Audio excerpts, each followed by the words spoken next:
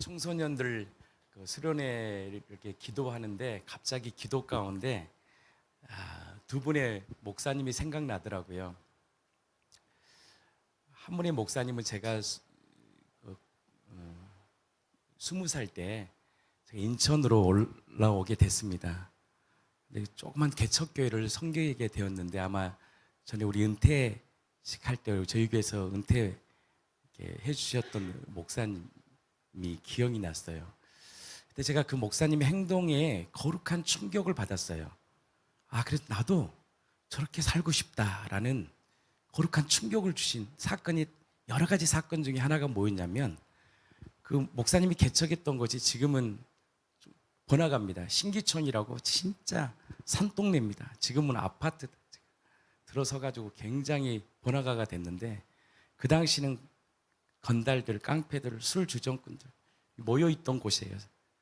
근데 그날도 예배를 드리니까 시끄럽다고 이 술 취하신 분이 갑자기 낫을 들고 우리 스타렉스일 거야. 봉고차예요. 스타렉스 아니에요. 그 당시는.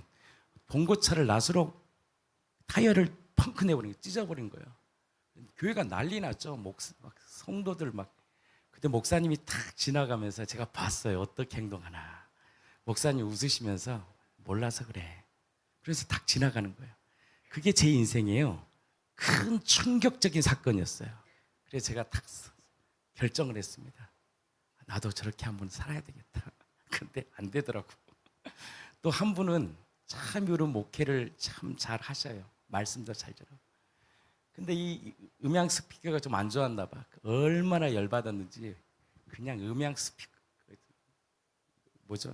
마이크 대를 확 집어 던져버리더라고요. 그래서 이 두 가지를 경험하면서 내가 선택한 게 있습니다. 제가 첫 번째 목사님의 그 행동을 선택했어요. 나도 저렇게 살고 싶다. 제가 왜 이 말을 하냐면 인간의 의를 제가 자랑하려고 한 게 아니라 하늘 백성들, 하나님의 백성들은 거룩한 충격을 주는 자들이구나. 그래서 우리가 물과 피로 거듭난 우리의 인생이 거룩한 충격들을 주는 자들이 돼야 되겠구나라는 생각을 했어요. 근데 그건 내 힘도 아니고 내 능력도 아니지요. 성령을 통한 은혜라고 저는 확신합니다. 왜 제가 이 말을 서두에 던지느냐? 우리 다음 세대들이 이 교회를 통해서 정말 하나님의 그 영광의 광채를 보기를 원합니다. 그걸 보기를 원해요. 또 교회를 다니다가 실망하고 또 떠나고 또 실망하고 떠나는 것이 아니라 이게 정말 이제 여호수아 4장의 말씀이거든요. 길갈에서 기념비를 세워요. 그리고 기억하라고 말씀하셔요. 이 요단강을 건너게 한 분은 너희들 아니다. 바로 죽으시고 다시 사신 예수님이시다. 그 예수 그리스도를 기억한 장소가 어디냐?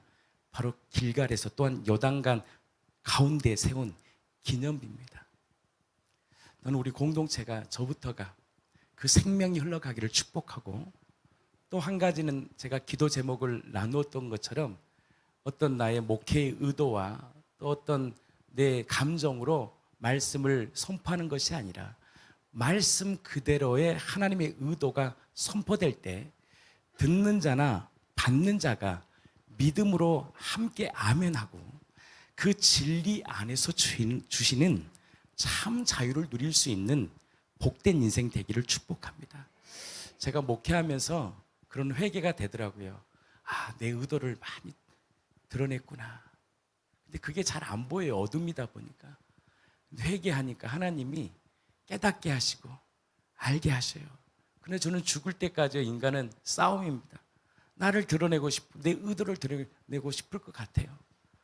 근데 하나님 오늘도 하나님의 말씀이 우리를 계시하게 해주시고 그 말씀이 선포될 때 그 말씀 하나로 서로가 아멘하여 영광을 돌릴 수 있는 귀한 시간 되게 해달라고 우리 공동체가 기도해 줬으면 좋겠습니다.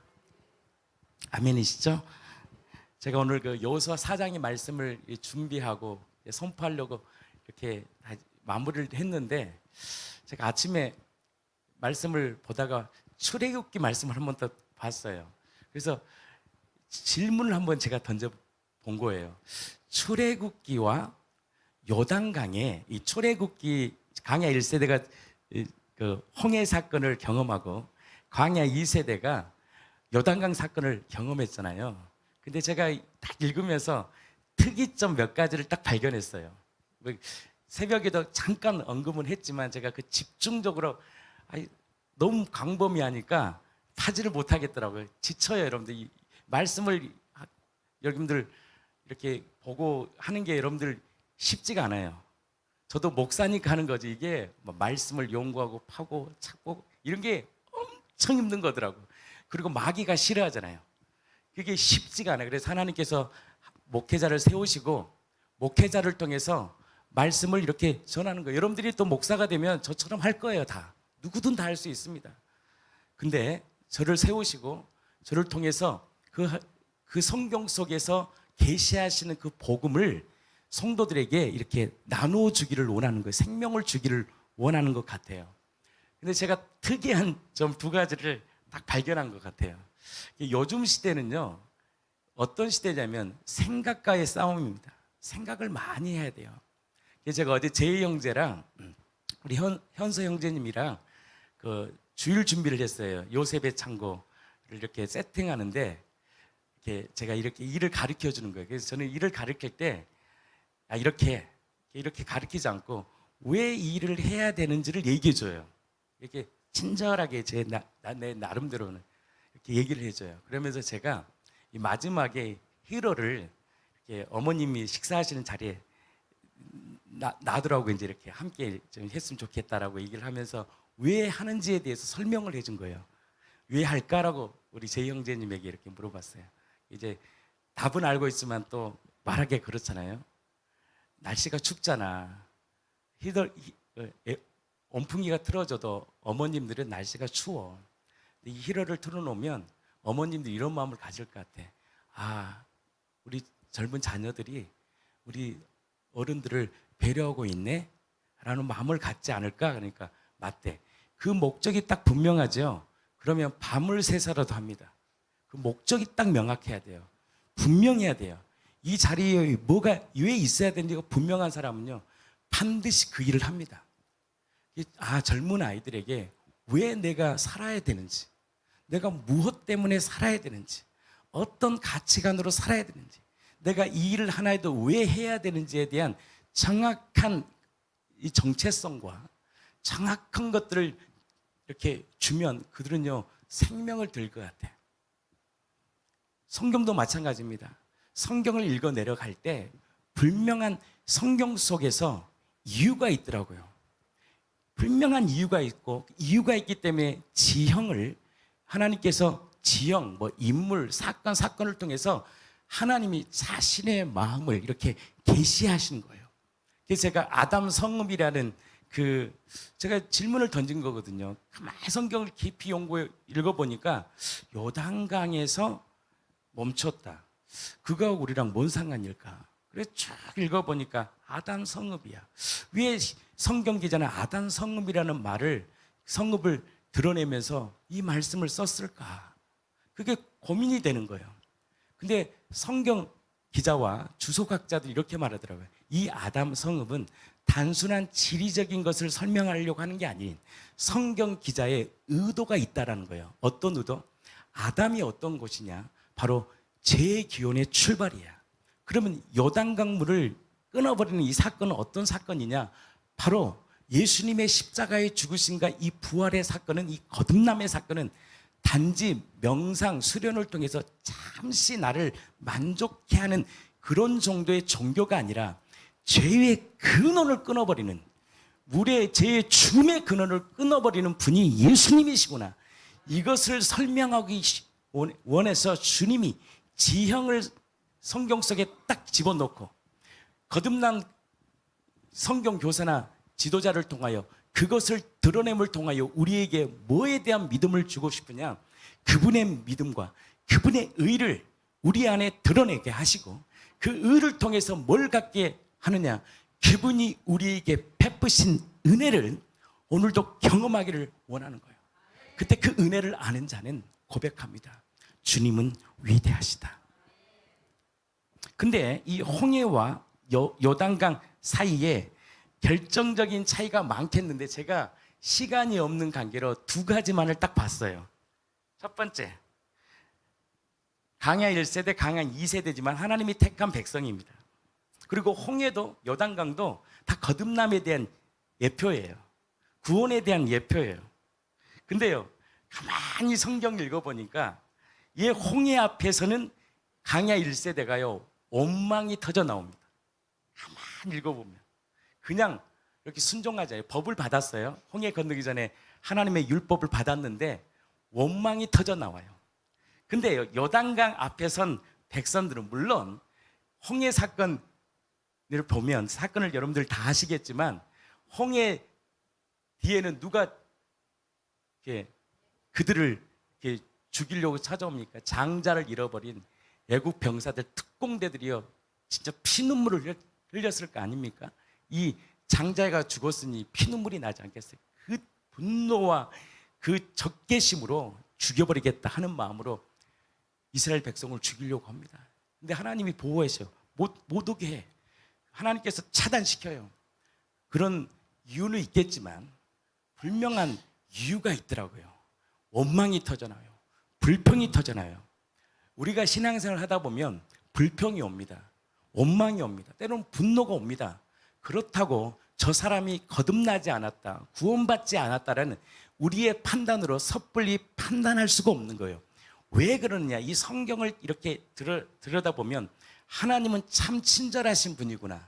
이것을 정확히 성경 속에서 계시하시고 성경을 통하여 믿는 우리들에게 해석시키는 거예요. 거기에 동의가 될 때 진리가 우리를 자유케 하는 거더라고요. 여러분들 이 말씀이 동의가 되면 그 진리는 자유가 여러분들이 임할 것이고, 동의가 안 되면 하나님이 계속 구원의 길로 우리를 이끌어 가실 것입니다. 요단강 앞에서는 백성들이요 아무 말도 없이 한번 성경 읽어보세요. 침묵합니다. 두 번째, 이 홍해에서는 밤새 동풍을 기다려갑니다. 여러분들 홍해가 갈라진 사건, 여러분들 야 나도 한번 홍해 앞에서 그 바람이 갈라진 걸 보고 싶다 하시면 손을 들어보세요. 진짜 솔직히 심심한 위로를 표합니다. 여러분 그 사건은요 보통 사건이 아니다. 뭐 헤드라이트가 막 켜지면서 야 봐라 막 여러분들 어떻게 역사하나 그런 사건이 아니에요. 여러분 한 상상, 그 당시 무슨 불이 있었어요? 어둠캄캄한 밤이에요. 근데 어떤 소리만 들려요? 광풍 같은 천지 사건 이래 한 번도 듣지 못했던, 여러분들 홍해라는 바다가 갈라진다는 것이요 웬만한 바람 가지고 갈라지겠어요? 그 홍해의 바람에 갈리면요 상상을 초월합니다. 밤새 이스라엘 백성 너무 좋다, 하나님 우리를 구원하시키려고 지금 바람을 가르고 있지라고 생각했을 것 같아요. 두려움 가운데 있었을까요? 두려움이 공포예요. 공포. 그것을 경험하기 원하신 분들은 여러분들 다 지금 경험하고 있는 게 지금의 삶이에요. 예수를 만나도요 엄청난 삶의 공포가 와버립니다. 엄청난 삶의 호들갑이 오고 위기가 옵니다. 인간이 이해할 수 없는 사건 앞에서요 그 절망 앞에서요 쓰러지고 소리가 나고 고통이 나오고 오늘 말씀처럼 원망이 터지고 분노가 나고 하나님께 어떤 자들은 따지고 어떤 사람들은요 또 난 더 이상 하나님을 믿지 않겠다고 말한 사람들도 있어요. 그분이 누구였냐면 제가 요즘 그 최영만 목사님을 뵀는데 참 귀한 분이더라고요. 그분이 그러더라고요. 목사님 정말 예수를 만나고 자기가 참 그 은혜를 알았는데 만나면 만날수록 괴로워서 이제 목사 한 수를, 제가 이 간증은 조심스럽게 하는 거예요. 그분을 뭐라고 이렇게 편한 게 아니고요. 저기 간증이라는 것은요 제가 명확하지는 않습니다. 그분의 입을 통해서 들어야 돼요. 대충 이런 기억이 나요. 목사님 진짜 이제 목사를 받았지만 내가 직분 받았지만 너무너무 힘들었대. 그래서 친구 한 명 데리고 술 한 잔 먹고 이제 나 목사직 내려놓겠습니다 하려고 그랬대요. 근데요 그리고 나서 어떤 일을 해요? 뇌에 문제가 생겨버렸대. 그래서 제가 나사렛 병원에 입원하면서 하나님의 사인을 받았대. 그때요 뭘 경험을 했냐? 죽음을 통하여 하나님의 일하심을 보게 됐대요. 그 이야기는 나중에 직접 들으시기를 축복합니다. 무슨 말이냐? 우리가 인생을 살다 보면요, 다 포기하고 싶을 때가 있어. 예수를 믿어도요, 참 인생이 안 풀리고 내 마음대로 안 되면 참 인생에 답답할 때가 있어. 그렇게 신앙으로 살았던 아이들이 또 게임의 중독으로 빠지고 그것을 바라보는 부모들은요, 괴로워집니다. 그렇다고 그 인생이 너는 구원받지 않았다라고 단정을 시키면 안 된다는 거예요. 그 얘기를요, 이 홍해 사건과 요단강의 사건을 제가 얘기하면 아, 그렇구나라는 것을 여러분들 이해하게 될 겁니다. 그 세계 속에 여러분들을 초대하고 그 말씀 속에서 인간을 하나님이 어떻게 구원하는지를 함께 보기를 축복합니다. 제가 사실 이걸 죄송하지만 아침에 잠깐 준비했어요. 그러니까 이게 디테일하지 않아요. 그러나 여러분들 이해해 주시고, 우린 새벽이 있지 않습니까? 새벽을 계속해서 나누다 보면 하나님이 더 명확하게 줄 줄 믿습니다. 저 이거 하려고 했던 게 아니거든요. 우연히 성경을 출애굽기 한번 봐봐야 되겠다. 이거 보면서 한번 생각을 해본 거예요. 이게 조금 3장을 넘어가고 4장을 넘어가야 되는데 조금 마음에 차지 않아. 왜냐하면 제가 교회를 이렇게 섬기고 40일, 20일, 7일 집회, 예부 집회 나가면 10일 아침 저녁 막 집회를 했기 때문에 이 성경이 흘러가는 구조를요, 저는 누구보다 이걸 이렇게 알아요. 그러니까 앉아도 이렇게 전할 수 있는 이제 훈련이 된 거예요. 근데 놀라운 게 뭐냐면 하나님은요, 오늘 이 아침 우리 공동체에게 주고 싶은 메시지가 있어요. 그 메시지를 받는 게 되게 중요해요. 오늘 이거 하면 우리는요, 전할 게 너무너무 많아. 단어 하나만 딱 나오면, 주제 하나만 나오면 그렇게 훈련을 받았기 때문에 어떤 설교를 해도 나와요. 이렇게 말씀은 주제만 나오면. 근데 하나님이 이 아침 우리 공동체에게 반드시 건너야 될, 물어야 될, 알아야 될 말씀이 있다라는 거예요. 그 말씀을 알아가는 것이 괴로운 거예요. 그 말씀 앞에 순종하는 것이 괴로운 거예요. 근데 하나님께서 이 우리에게 지금 우리 공동체에게 주고 싶은 그 메시지를 하나님이 주신다고 저는 생각합니다. 그걸 딱 제가 이렇게 마음에 오니까 인생 사는 게 뭐 행복하지도 않은데 진리가 나를 행복하게, 진리에는 별로 사는 것이 좋은 것도 없어요. 살아보니까. 근데 진리가 우리의 인생을 붙들고 가는 거예요. 그 말씀들을 좀 오늘 나누고 또 시간이 좀 지나면 또 새벽에 계속 말씀을 나누다 보면 아마 여러분들도 무릎을 탁 칠 겁니다. 그러면서 그 진리가 주는 자유를 누리고 취하는 복된 인생 되기를 축복합니다. 이스라엘 민족에게 법을 줬어요. 그러면 이스라엘 민족은 어떤 자들입니까? 택한 백성이에요. 구원받은 백성입니다. 그럼 강야 일세들은 지옥 갔나, 그런 관점으로 성경을 해석하면 안 돼요. 그냥 구원에 대한 관점을 성경의 여러 모양 부분으로 조각조각 하나님은 예표하신 거예요. 그래, 그것을 완성하신 분이 누구냐? 예수님입니다. 그러면 이 광야 1세대에 그 홍해 앞에서 서 있는 법을 받은, 이건 영적인 부분이에요. 거듭나지 않았다는 게 아니에요. 거듭난, 광야의 종으로 살았던 애굽의 종으로 살았던 그들을 하나님의 백성으로 만들었잖아요. 광야 사건이 그 사건이거든요. 그럼 그 백성들의 반응을 보겠습니다. 이게요, 바로 우리가 예수를 주로 고백해도 우리의 삶의 신앙의 모습임을 인정하는 것이 중요합니다.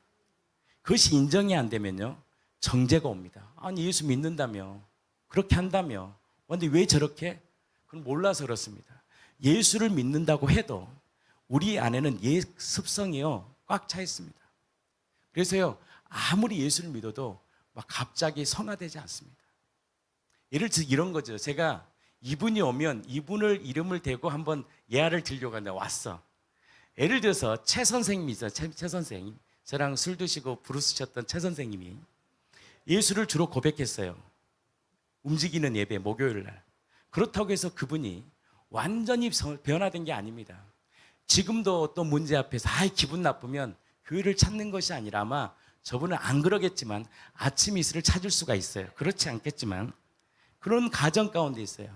근데 그가 만약에 이 광야 출애굽 2세대의 요단강을 건널 때는 이 광야라는 시간이 왜 중요한지를 얘기하고, 그것을 딱 훈련받고 거기에 딱 경험된 분이라면 이런 고백이 일어납니다. 어느 순간 최 선생님 왜 교회 오셨나고요? 목사님, 살다 보니까 인생에 고통이 오는데, 전에는 그러면 제가 술 한잔 먹고 이거 해결하려고 해도 이상하게 그걸로는 해결이 안 되고 허무합니다.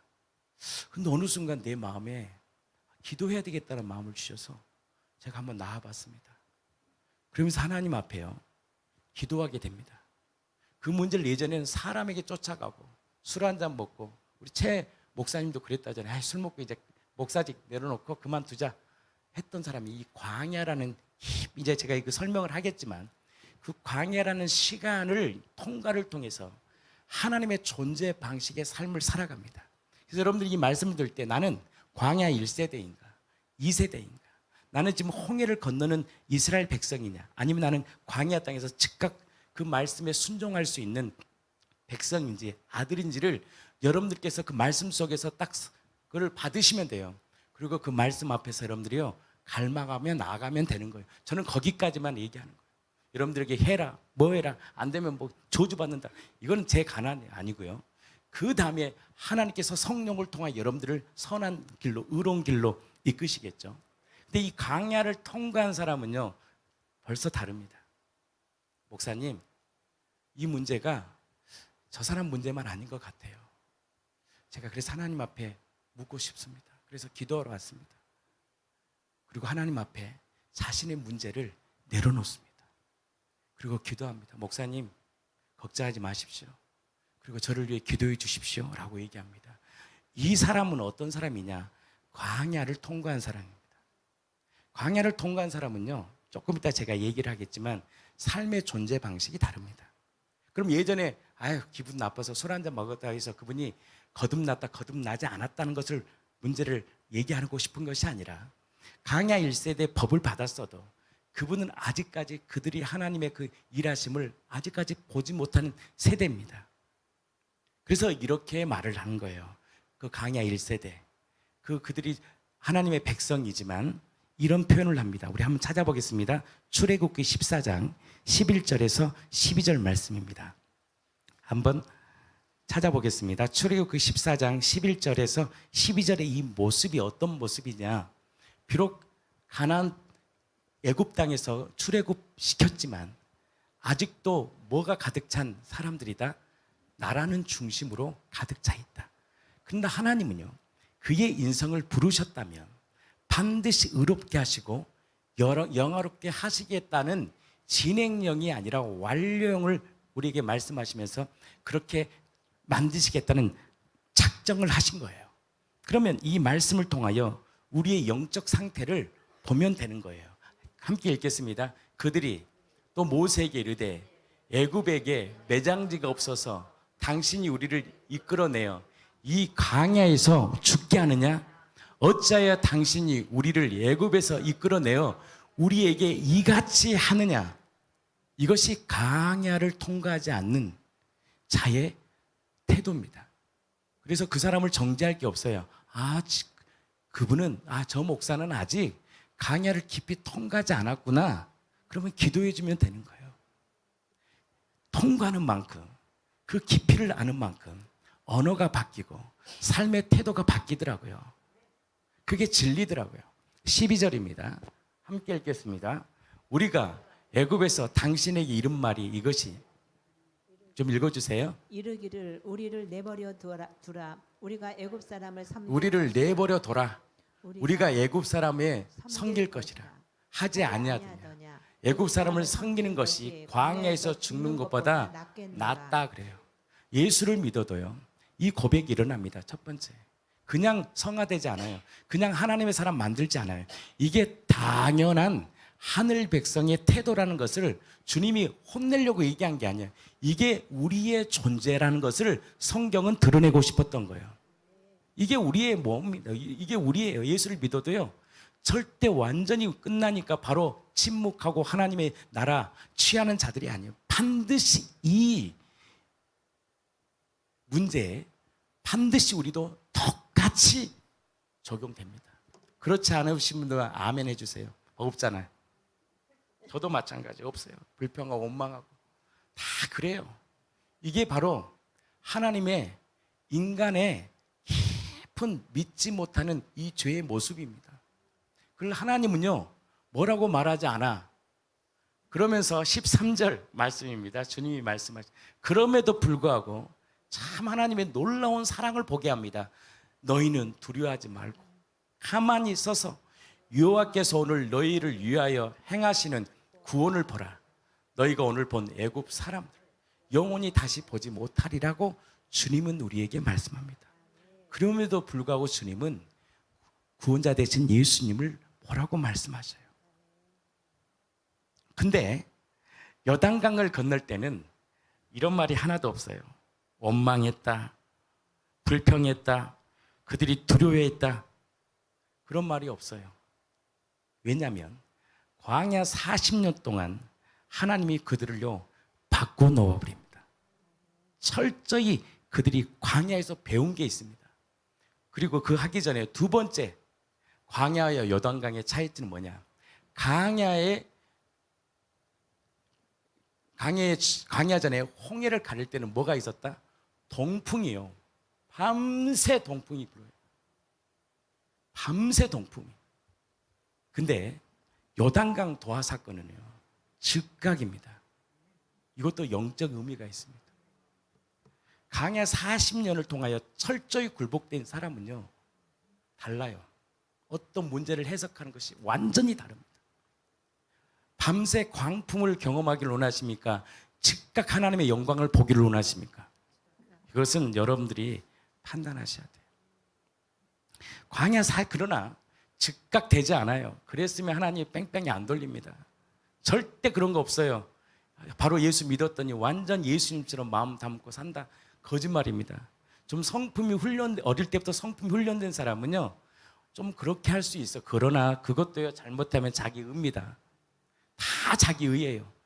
하나님은 광야의 40년을 통하여 그들을 철저히 바꿔놓더라고요.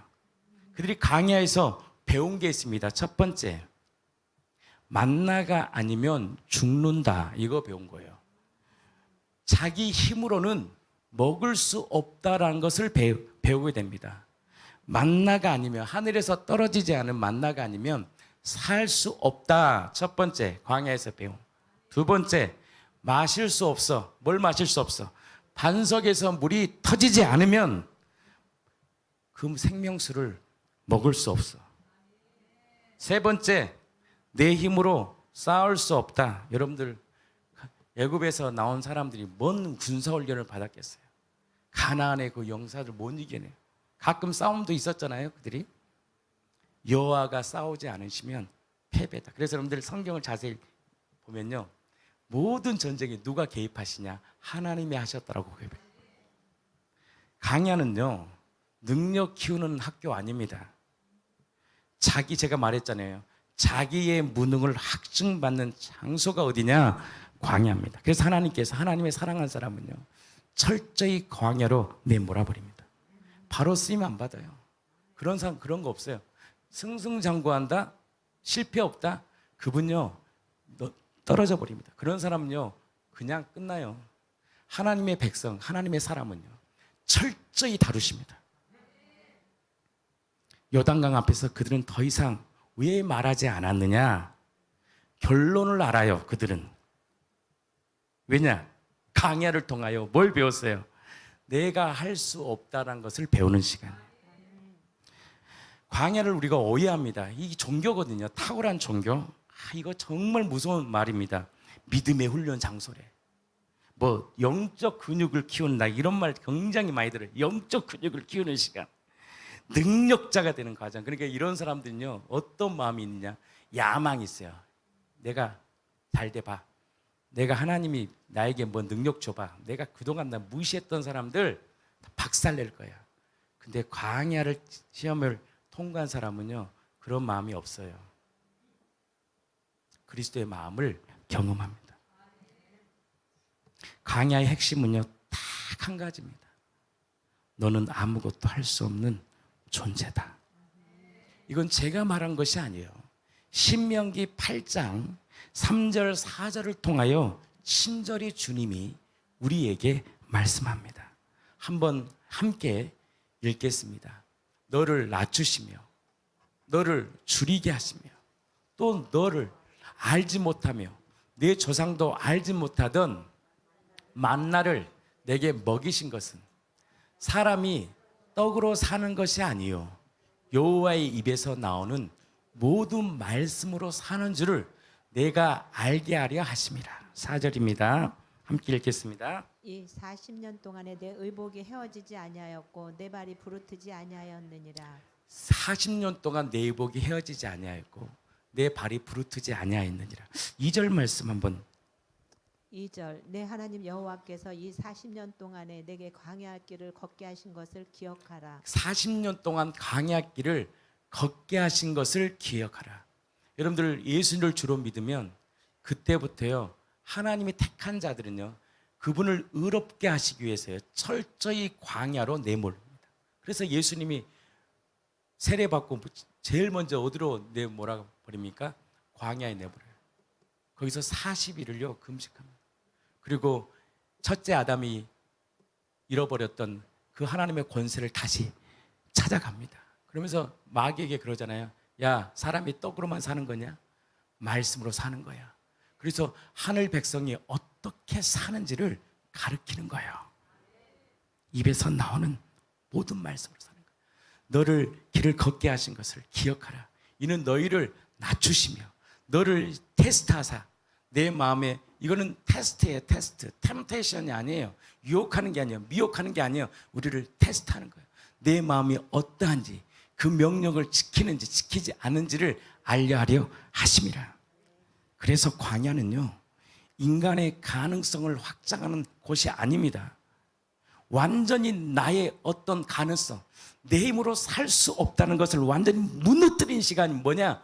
철저한 광야입니다. 그래서 우리를 무너뜨리더라고요. 완전히 우리를 무너뜨려. 그래서 광야를 통과한 사람은 다릅니다. 그때부터 말하지 않은 건 아니에요. 덜 말해요. 자기 주장이 없는 건 아니에요. 덜 주장해요. 계산이 없는 건 아니에요. 순간 다 계산해요. 덜 계산합니다. 달라요. 그게 영생의 존재 방식이에요. 주께서 하지 않으시면 이렇게 고백합니다. 진짜 광야를 통과한 사람은요 말을 들어보면 압니다.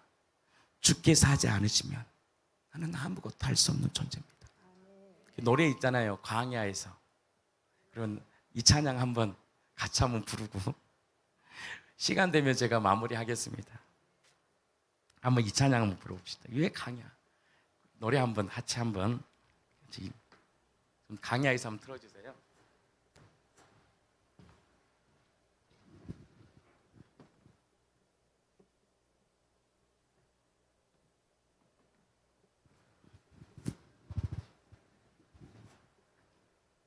그런 노래입니다. 왜 나를 깊은 어둠 속에 홀로 두시는지. 그런 노래가 있어요. 광야에서. 안 돼도 또 주권을 인정하는 거예요. 그래서 홍해는요 애굽에서 하늘 백성이 어떻게 구원받은 사건이라면 우리는 아들의 권세가 맞습니다. 근데 하나님께서 광야를 통해서 우리를 이미 받은 권세 아들의 권세를 누리기 위해서요 광야에서 철저히 훈련시킵니다. 그래서 이 요단강을 딱 건널 때는요 놀라운 일이 벌어집니다. 불평한 사람이 없어요. 원망한 사람이 없어요. 이런 말 하잖아요. 또 요단강 앞에서 우리 죽이려고 하나님 또 작정하셨구만. 이런 말을 안 합니다. 잘나서가 아니에요. 광야 40년 동안 힘이 다 빠져버린 거예요. 내 뜻대로 된 게 아니거든. 자식이 내 마음대로 안 되거든. 자식이 내 마음대로 됩니까? 그런데 부인이 내 마음대로 됩니까? 내 인생의 진로가 내 마음대로 되냐고. 안 돼요. 내 힘으로 계획하고 내 뜻대로 하려고 해도 안 돼요. 광야를 통해서 뭘 경험하느냐? 아무리 말해서 그 불평 불만해서 우리만 고통당했지 침묵하고 있는 거야. 그리고 뭘 보냐? 시선. 주님이 또 어떻게 하시나 보는 거예요. 믿음 있는 게 아니에요. 강야를 통해 완전한 자신의 힘을 빼버려요. 그게 강야의 시간입니다. 그래서 이스라엘 백성이요, 아무 말도 하지 않습니다. 왜? 그들은 이미 알고 있었어요. 이제 우리가 할 일이 없다라는 거. 이번에도 그래서 언약궤를 바라보는 거예요.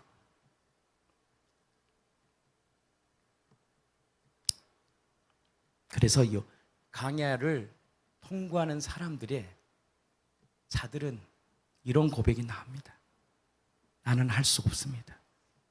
오직 구원은 주님께 있다라는 놀라운 주대심의 고백을 하게 됩니다. 그것이 바로 깊은 그 뱃속, 요나가 깊은 그 물고기 뱃속에서요, 지옥을 경험합니다. 광야의 삶은 때로는요, 지옥입니다. 줄이게 하시고 고통을 받아요.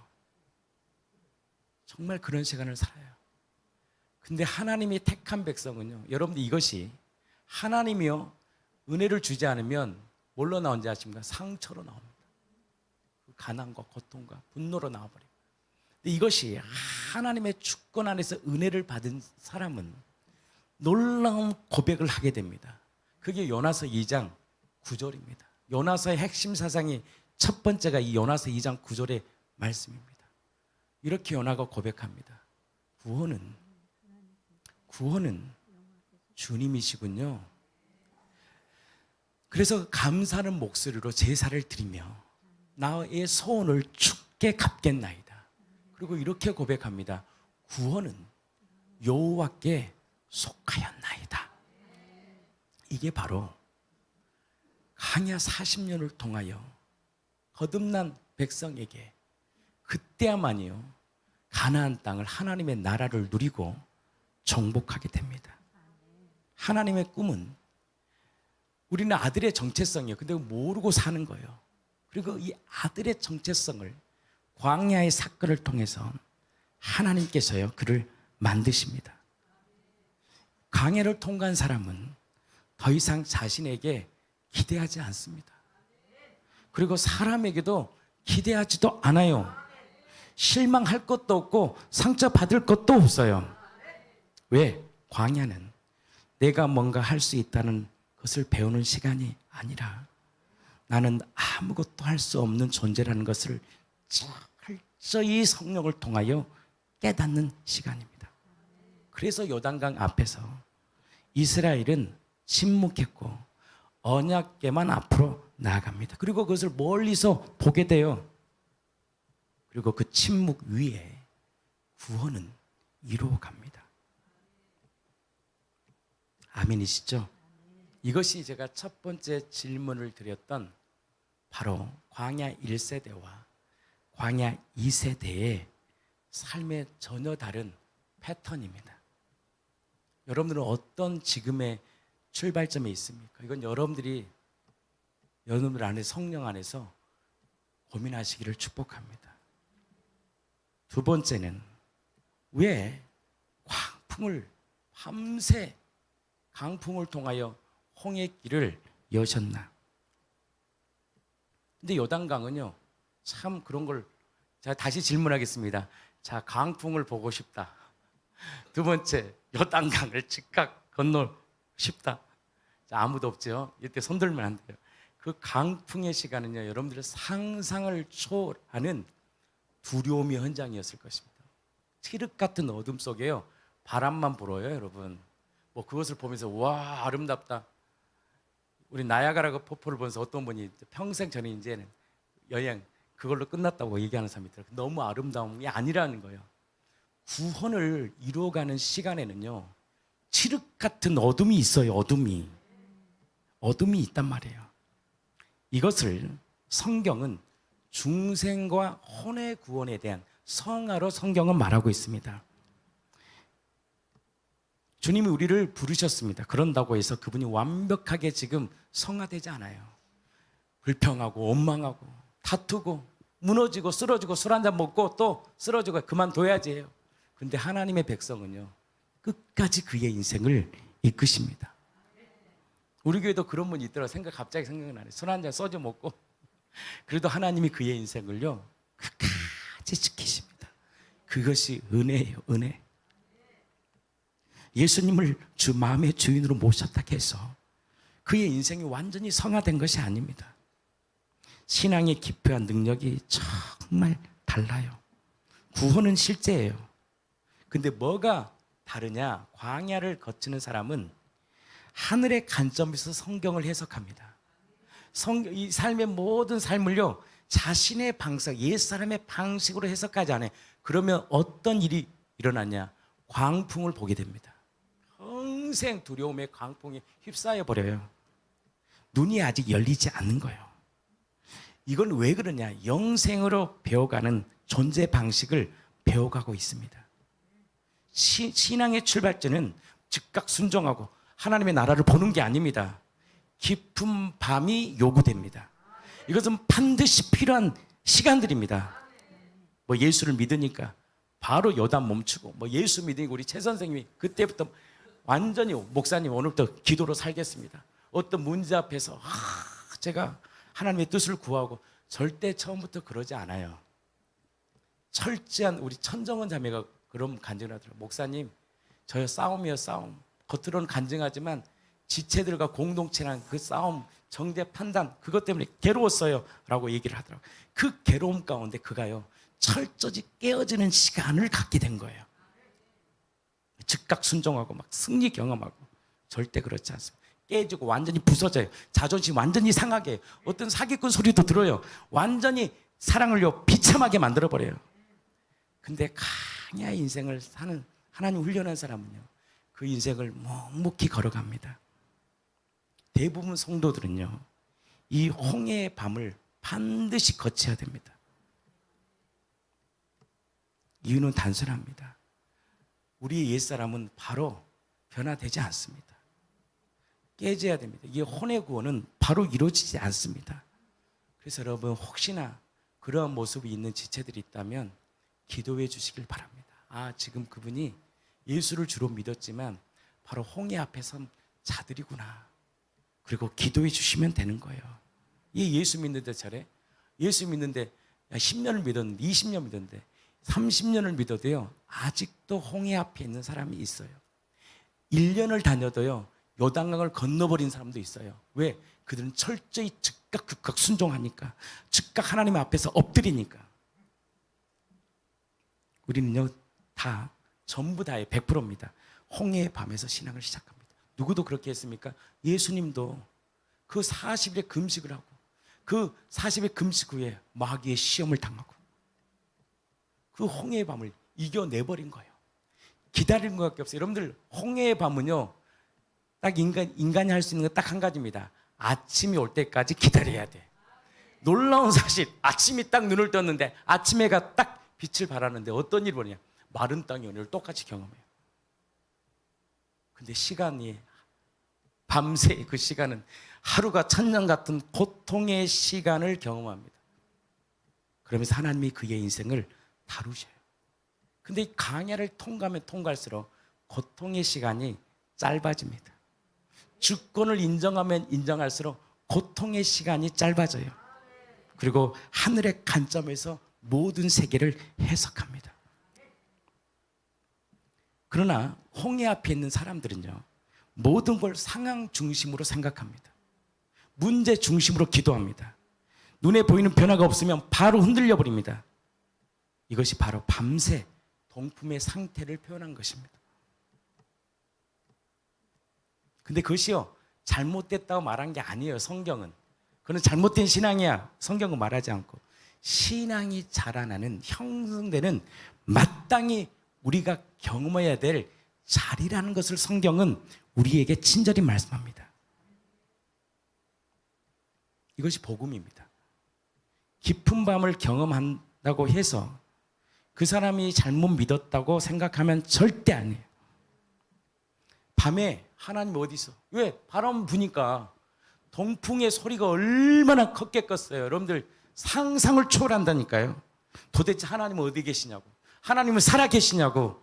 하나님이 살아계시다면 하나님 나에게 기적을 베풀어 주시라고 말하고, 우리들에게 하나님이 보이지 않는 이 홍해 밤 동안 우리는 아무 능력도 행할 수 없지만 그래도 여전히 하나님은 동풍을 이용해서 하나님의 그 죽음의 강 홍해를 가르고 있었다는 거예요. 시간 싸움입니다. 그래서 우리가 이런 말 하잖아요. 버텨라, 기다려라.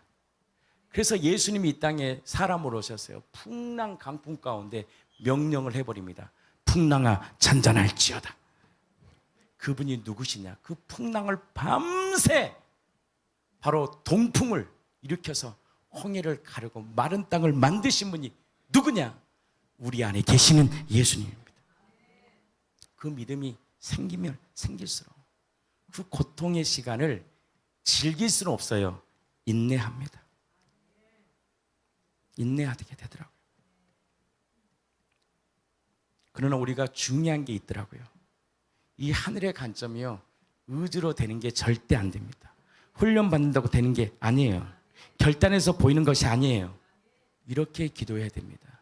눈을 열어주세요. 주님, 나의 눈을 열어주세요.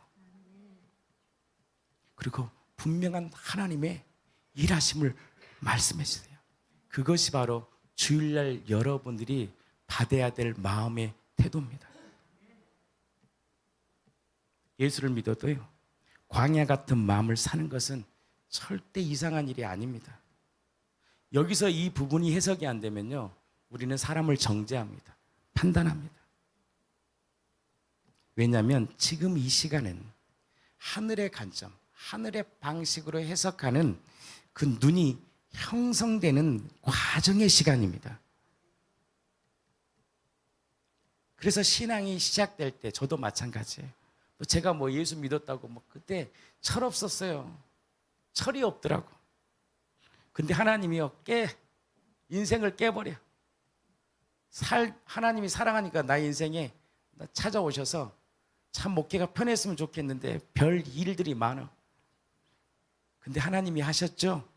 하나님이 하신 일이죠. 인정하니까 해석이 되는 거예요. 우리의 인생이 해석하지 않는 나의 삶이, 이해할 수 없는 나의 삶이 주님으로 해석이 된 거예요. 그 해석의 절정이 무엇인지 아십니까? 사랑이에요. 난 널 사랑해. 그래서 나를 부르시고 의롭게 하시고 영어롭게 하시는 거예요. 제가 어떻게 이 본문의 말씀을 해석할 수 있겠어요? 깨지고 부서지니까 보이는 거예요. 말씀이 깨지고 내 의도를 막 던져보니까 안 돼. 교회가 분열이 돼. 안 돼. 내 마음대로 안 돼. 그러니까 아는 거예요. 깊은 밤을 통과하니까 알게 되는 거예요. 그리고 해석이 되는 거예요. 인생의 해석이.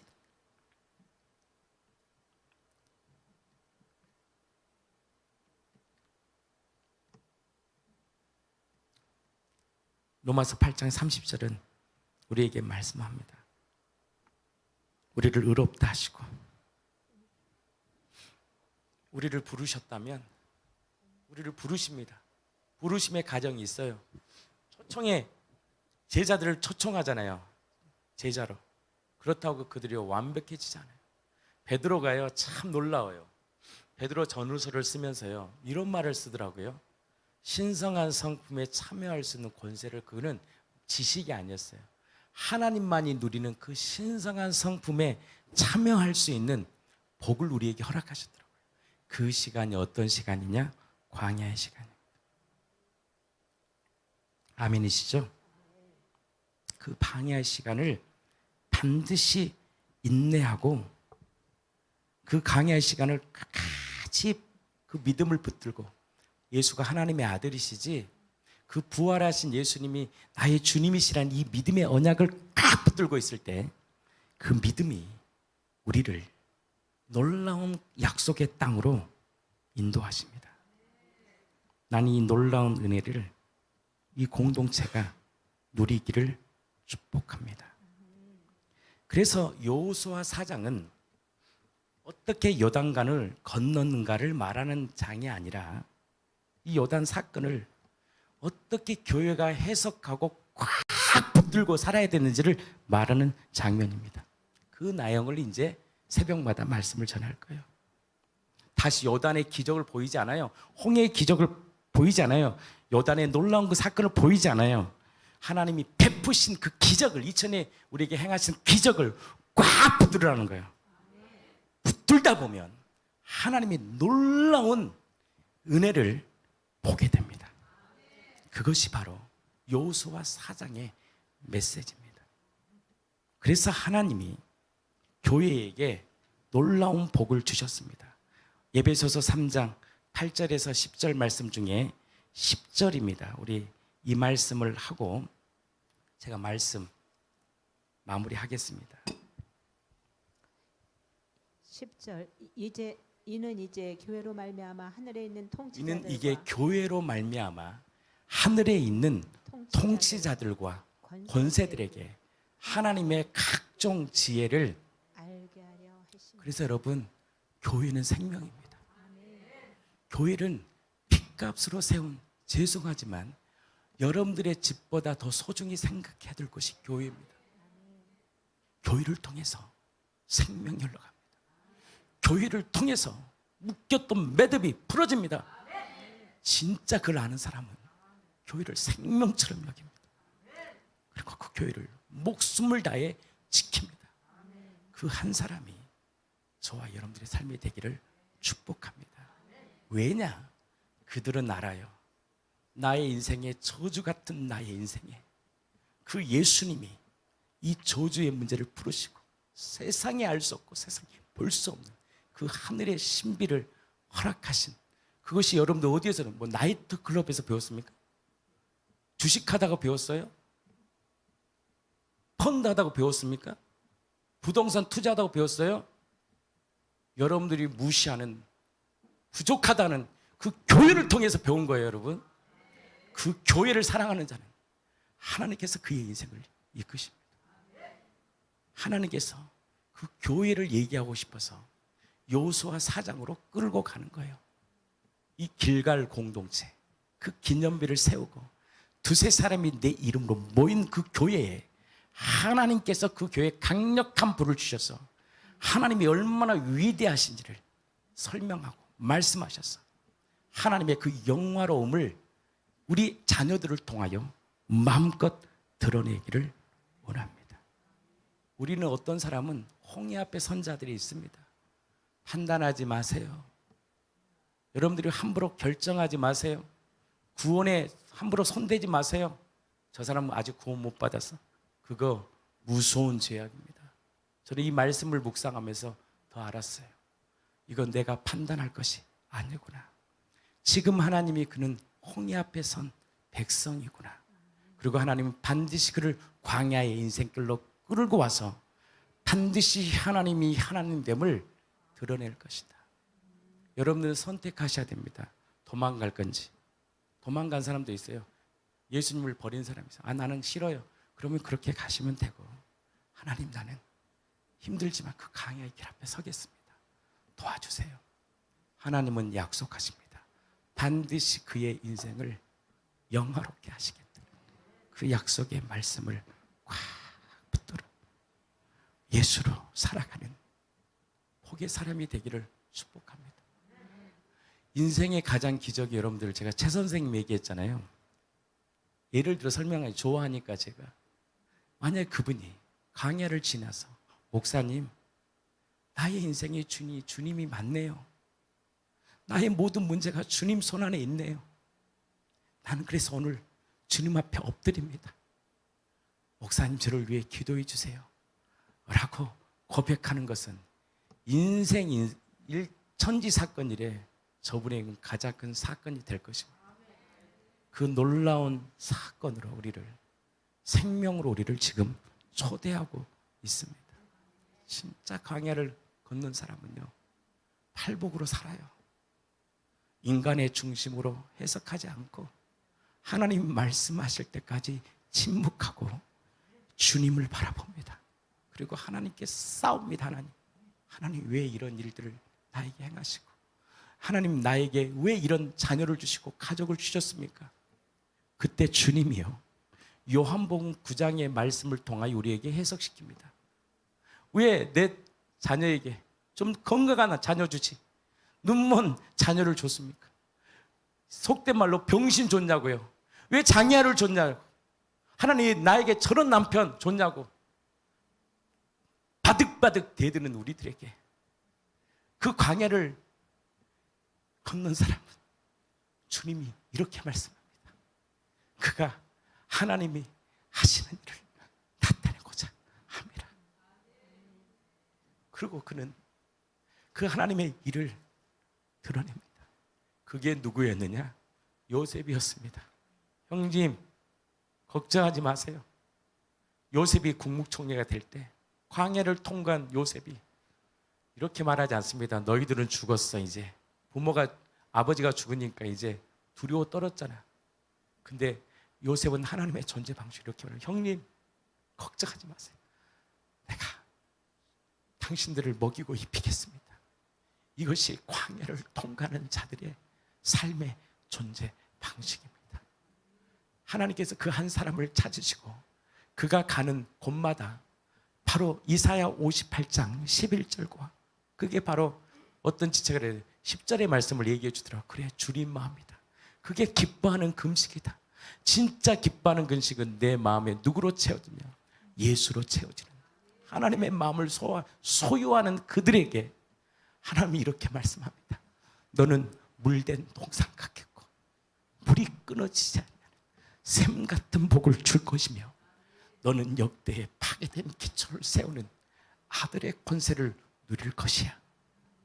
이 놀라운 복을 취하고 누리는 복의 사람이 되기를 축복합니다. 혹시 그 노래는 있나요? 나는 아무것도 아닙니다. 그 찬양 혹시 있으면 죄송합니다. 혹시 있을 줄 알고 제가 믿음으로 선포했는데 전에는 있었어요. 다. 근데 정리가 된 것 같아요. 혹시 있으시면 우리 찬양 한번 하고 우리 말씀 제가 마무리하겠습니다. 그래서 주님이 주시는 그 생명을 마음껏 누리고 밤새 동풍으로 살아가는 인생, 밤새 고통받아요. 강야 인생을 통하여 하나님 앞에서 그 문제를 주님을 통하여 즉각 해결되는, 그래서 예수님이 주신 참 자유를 누리고 생명을 내어드릴 수 있는 복의 사람이 되기를 축복합니다. 그 은혜가 저와 여러분들의 삶 가운데 가득 넘치기를 축복합니다. 함께